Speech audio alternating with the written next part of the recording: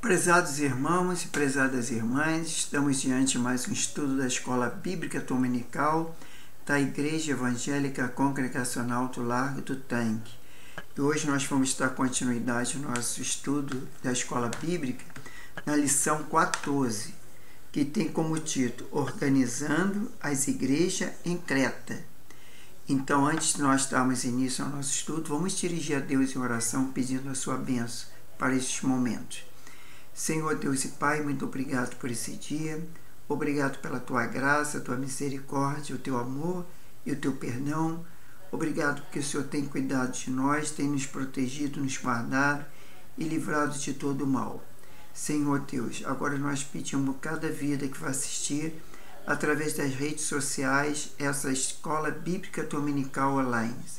Que o Senhor possa estar abençoando cada vida, cada família, cada lar, curando aqueles que estão enfermos, dando alegria àqueles que estão tristes, amargurados, que o Senhor possa estar abençoando cada vida, Pai. Tenha misericórdia de nós, livra-nos de todo mal e nos faça compreender a Tua palavra, Senhor, para assim sermos edificados através dela.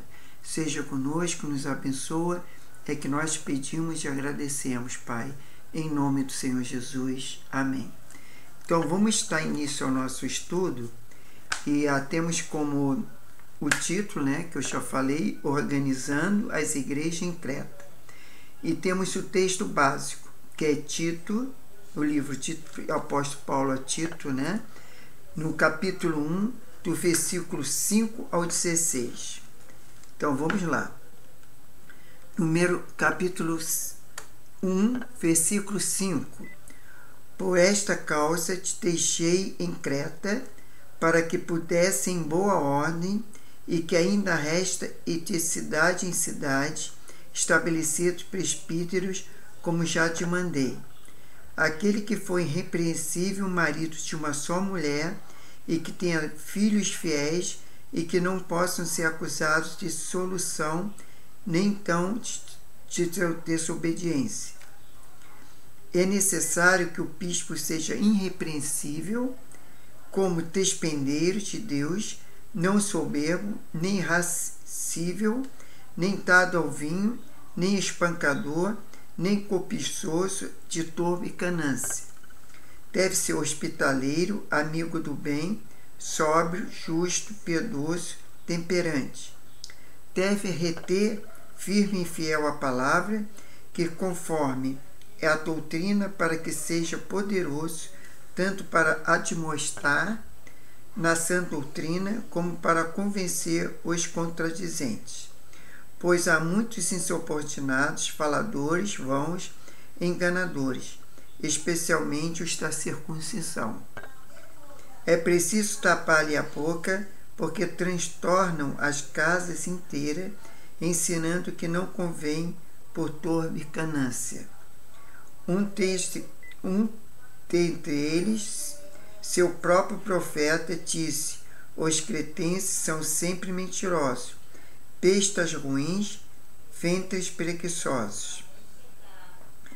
E este testemunho é exato, porquanto repreendo severamente, para que sejam são na fé. São tantos ouvidos a fábula judaica, nem os mandamentos de homens que desviam da verdade. Todas as coisas são puras para os puros, mas nada é puro para os corrompidos e descrentes. Antes, somente como sua consciência estão contaminados. Professam conhecer a Deus, mas negam pelas suas obras, sendo abomináveis, desobedientes, reprovados para toda boa obra. Vamos abrir um parênteses aqui, só para voltar aqui no versículo 11, que diz: é preciso tapar-lhe a boca, porque transtornam casas inteiras, ensinando que não convém por torpe ganância. Isso acontecia naquela época, após Cristo, morrer e ressuscitar, e acontece que ele já tinha ascensão aos céus.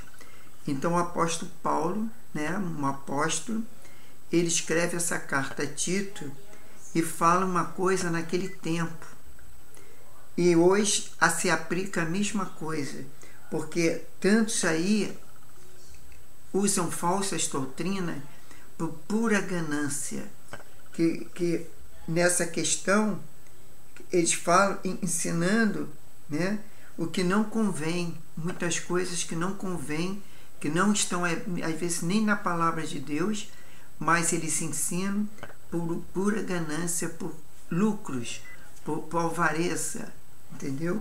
Então é uma coisa que a Bíblia prova isso, que ela era, a palavra dela é para ontem, quer dizer, a palavra de Deus, né, que está na Bíblia, é para ontem, para hoje e será para amanhã.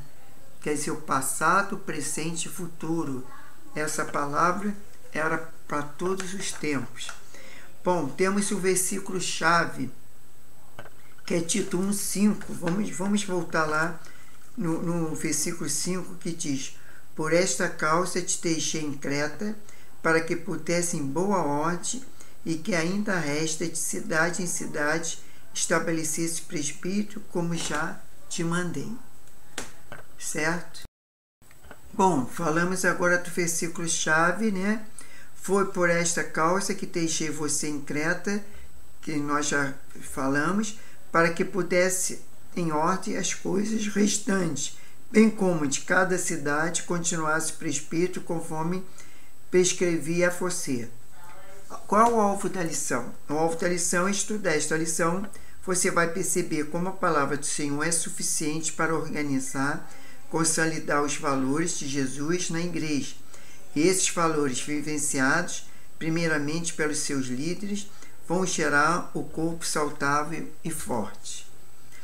Bom, através desse estudo da escola bíblica, o aluno será capaz de, quer dizer, você que é aluno ou aluna que está assistindo, você é capaz de ponderar sobre os critérios bíblicos para a liderança na igreja. Perceber a importância e respeitar os critérios bíblicos para a escolha de líderes na igreja.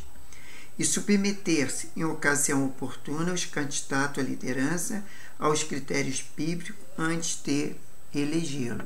Quer dizer, porque normalmente as igrejas, elas elegem os presbíteros, diáconos e até pastores, né? Então, eles têm que ser conforme o que o apóstolo Paulo recomenda aqui para Tito, né?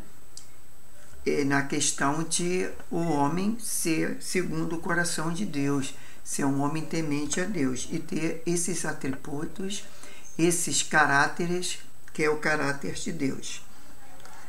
Vamos lá, agora começando na introdução, o autor fala que é curioso notar como os valores do mundo corporativo são antagônicos ao do reino de Deus, enquanto as multinacionais procam pelos empreendedores notáveis, líderes natos como diversas habilidades e perspectiva, ambição pelo sucesso para compor seus quadros de executivo.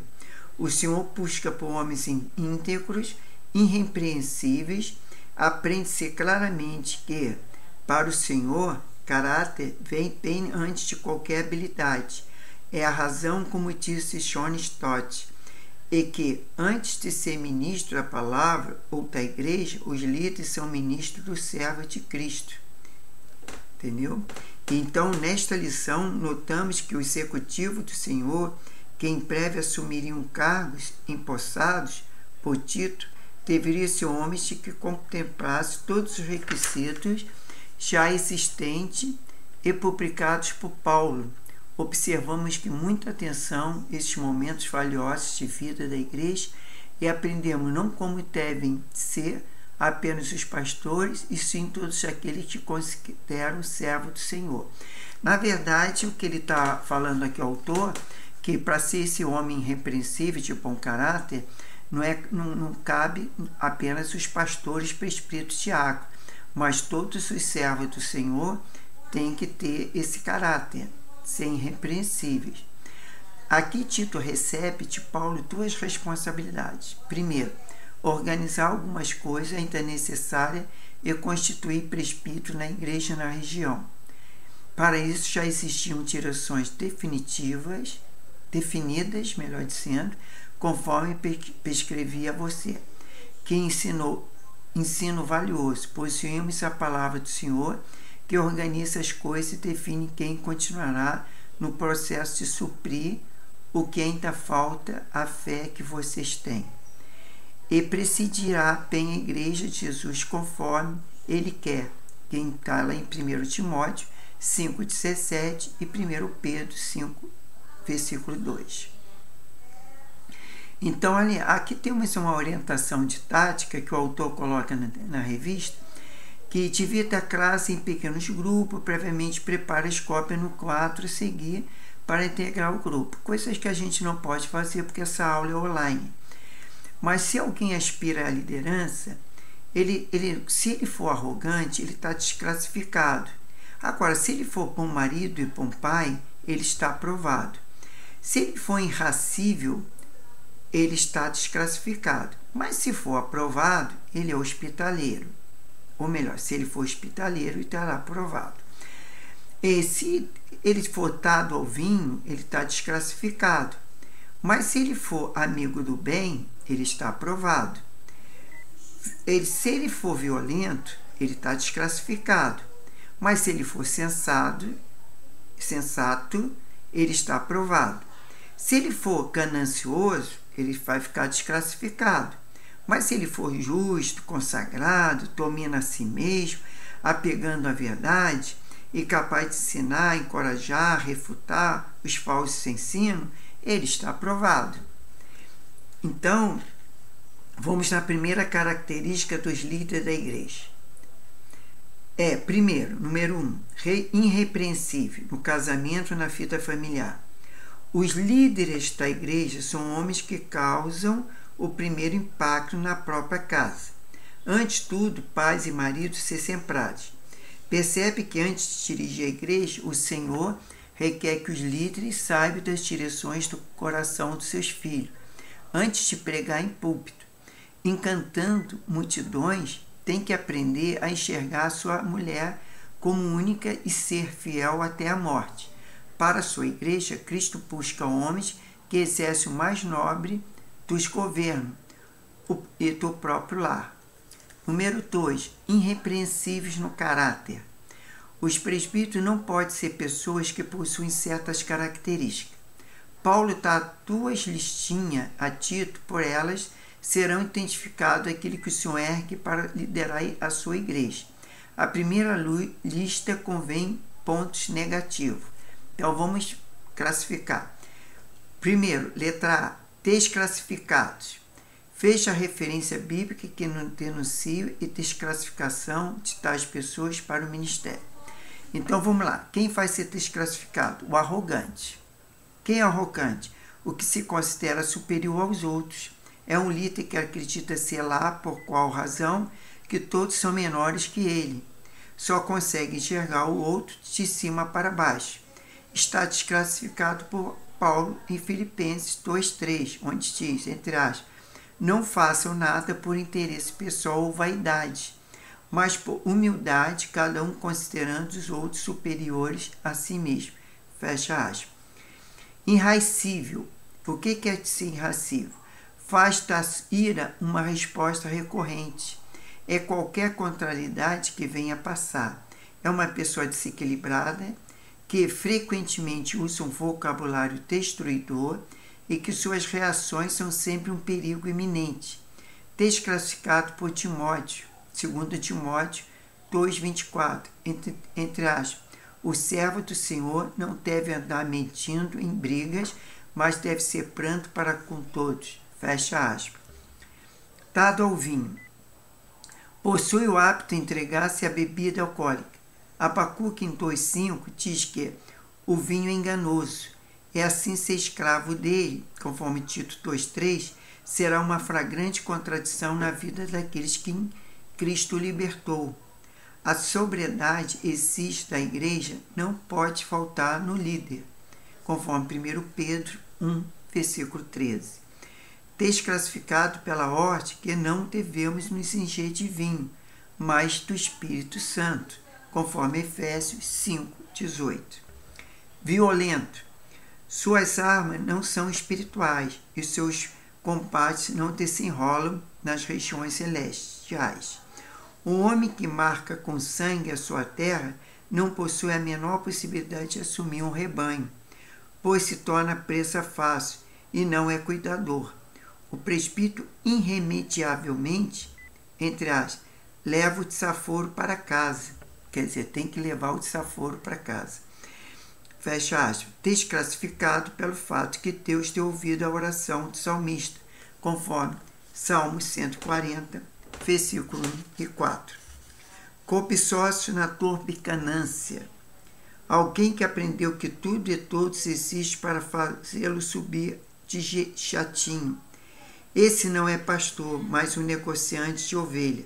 É nojento, torpe aos olhos do Senhor, desclassificado pelo Salmo 10, 3, que fala, entre aspas, pois o perverso se gloria na sua própria cobiça, o alfarento maldiz ao Senhor e blasfema contra ele.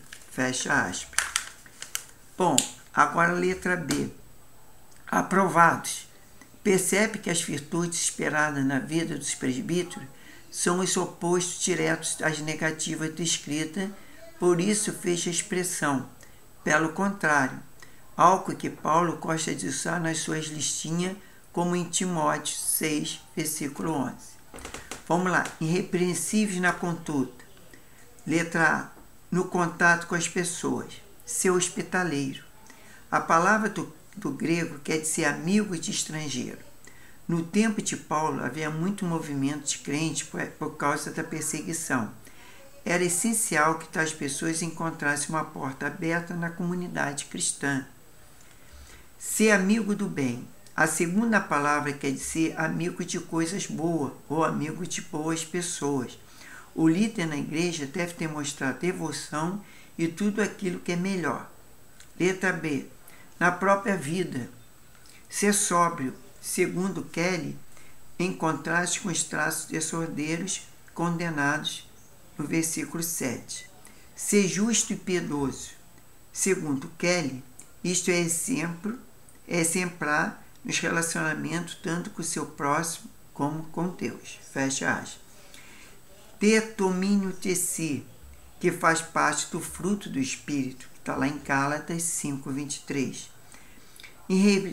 Irrepreensíveis na doutrina. Nota que algo que se espera desses homens quanto à doutrina é que sejam apegados a ela. Homens que meditam dia e noite na palavra, conforme Salmo 1, 2, e como resultado tremem, conforme Isaías 66, versículo 2, assim possui poder na palavra, pois além de transformado, não ensinam achismo, nem que perdem em discussões fúteis. São aqueles que ensinam, eu acho isso. Não, tem que estar de acordo com a palavra de Deus.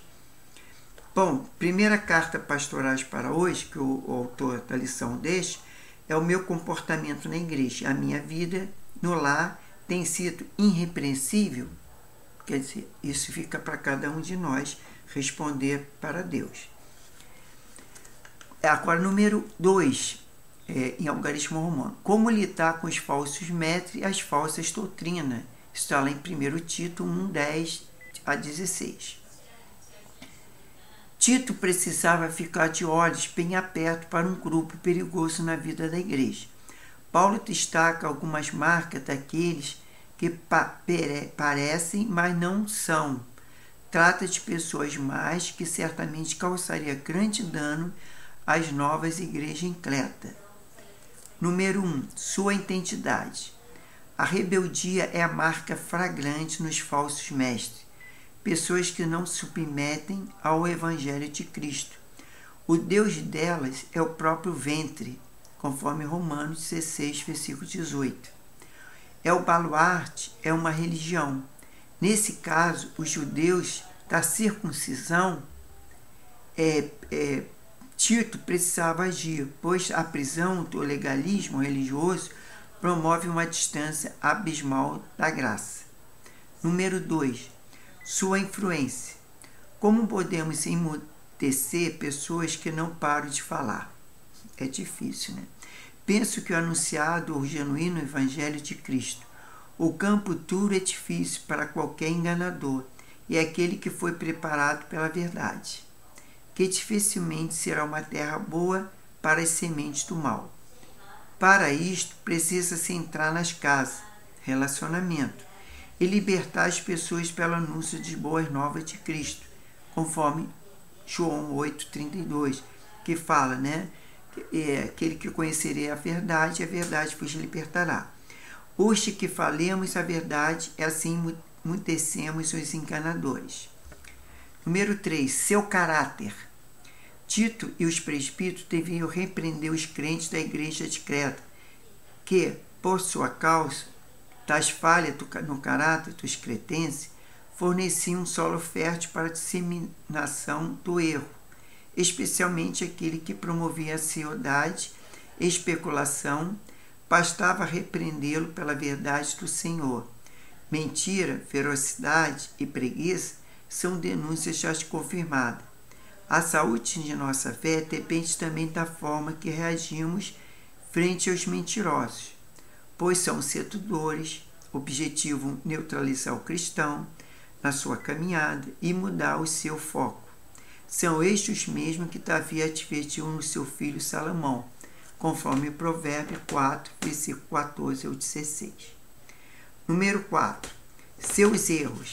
Ocupam com os mandamentos de homens. Paulo diz em Gálatas 1,10 que os conceitos dos homens sobre ele não tinham importância, mas sim do Senhor, e os falsos mestres não possuem esse valor. Letra B. Tem noção de falsa de pureza? O que passeia na lei da rédea, do controle, da proibição, no tocar nisso ou aquilo, o Evangelho diz que quando Jesus tocou no leproso, imundo, né, foi o homem que ficou curado, não Jesus, que se contaminou. Isto é o Evangelho. Letra C. Professam conhecer Deus, mas pelas obras o negam. Nada possui uma declaração mais evidente da nossa fé em Deus do que as nossas reações e os nossos valores. A questão não é de professarmos a fé, mas que como professamos e se associa aos nossos atos. Os falsos mestres são aqueles que, como não há Deus como referência de vida, e a conduta deve estar de acordo com a religião, como um conjunto de normas, mesmo que totalmente desassociado ao caráter de Yahvé. Desculpa. Vamos lá. Carta Pastorais para hoje, que é o autor da lição, ele escreve a segunda carta pastoral. Quantas igrejas evangélicas têm deixado heresia entrar no meio do povo? Em vez de criticar outras igrejas, devemos olhar para os nossos comportamentos cristãos. A saída de nossa fé depende também da forma que reagimos frente a falsas doutrinas. Quer dizer, a gente não pode criticar as outras igrejas. A gente tem que olhar para a nossa igreja e para a nossa vida, né? Que estamos no caráter de Deus. Tá? Aquele detalhe. É como Jesus falou. Primeiro, não olhe a trave do olho do seu irmão, mas veja a trave no seu olho. Primeiro, retira a trave do seu olho, para depois olhar o olho do seu irmão. Bom, então nós chegamos aqui à conclusão.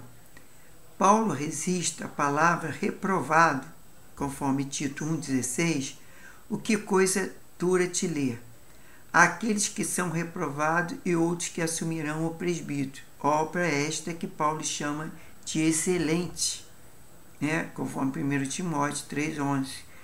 Porque o que acontece? Quando um presbítero ele está nessas características, tem o caráter de um cristão, o caráter de Jesus, ele vai ser excelente na obra do Senhor. Ele vai conduzir a igreja, vai ser um bom servo do Senhor, um bom presbítero, como um bom diácono, como um bom pastor também, mas para isso ele precisa, né, não ser reprovado. Ele tem que estar dentro das características. Oremos e trabalhamos para que a Igreja de Cristo seja representada com homens aprovados e que Jeremias 3, versículo 15, em que Deus diz, entre aspas, darei a vocês pastores segundo o meu coração, que o apacente com conhecimento e com inteligência, seja testemunhando por nós e pelas nossas gerações. Então, isso aí mostra que é um objetivo de Deus que todo homem que está na liderança da igreja seja irrepreensível, homem de bom caráter, servo do Senhor, um homem temente a Deus e todas aquelas características que nós aprendemos nessa lição. Então, isso fica uma lição para nós, muito instrutiva essa lição, essa aula, porque se nós realmente... Aí alguém vai dizer assim, mas eu não tenho a vocação para ser diácono, presbítero, nem pastor, eu sou apenas um servo, como eu sou um servo do Senhor. Eu não sou presbítero, não sou diácono, não sou pastor, mas eu procuro ser uma pessoa aprovada por Deus, fazer aquilo que agrada a Deus, tanto no meu lar, como no meu trabalho, como na minha igreja. Quer dizer, não é só no lar e na igreja, mas no trabalho também. Porque a gente, com o nosso testemunho, com o nosso caráter, né, a gente vai conquistar as pessoas para Cristo. Como é que pode uma pessoa fazer coisas ruins e ser aprovado? Não vai ser aprovado. Aí vão dizer aquilo, olha lá, está falando de Deus, está falando a palavra de Deus, está mostrando o amor de Cristo, mas não vive esse amor, não vive a Cristo. Quer dizer, não tem valor nenhum. Então a gente tem que ter todas essas habilidades que no qual nós aprendemos hoje. Isso para a honra e glória do Senhor Jesus. Bom, na próxima lição nós vamos falar da lição 15, que tem como título Instruções para os grupos específicos na igreja. Quer dizer, mais instruções para os grupos específicos na igreja, né? Então vai ter mais instruções aí que nós vamos aprender nessa escola bíblica dominical. Vamos orar a Deus agradecendo por mais essa aula e pedindo a sua bênção para nossas vidas. Senhor Deus Pai, muito obrigado por mais essa aula da escola bíblica. Ajuda, Senhor, a ser aprovado, Senhor.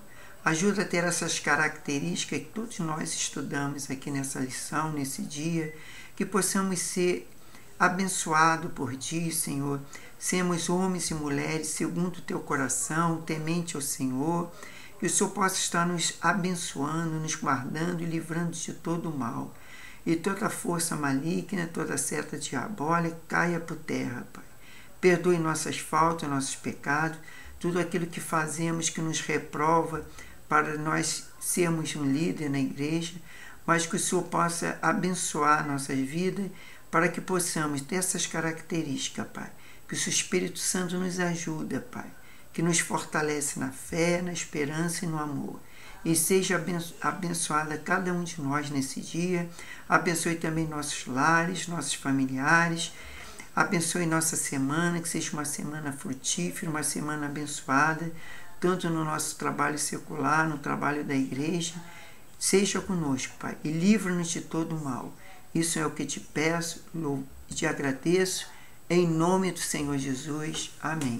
Então, irmãos, fiquem com Deus, com a paz de Cristo, até nós estarmos na próxima semana estudando mais uma lição da Escola Bíblica Dominical. E que Deus abençoe a todos. Amém.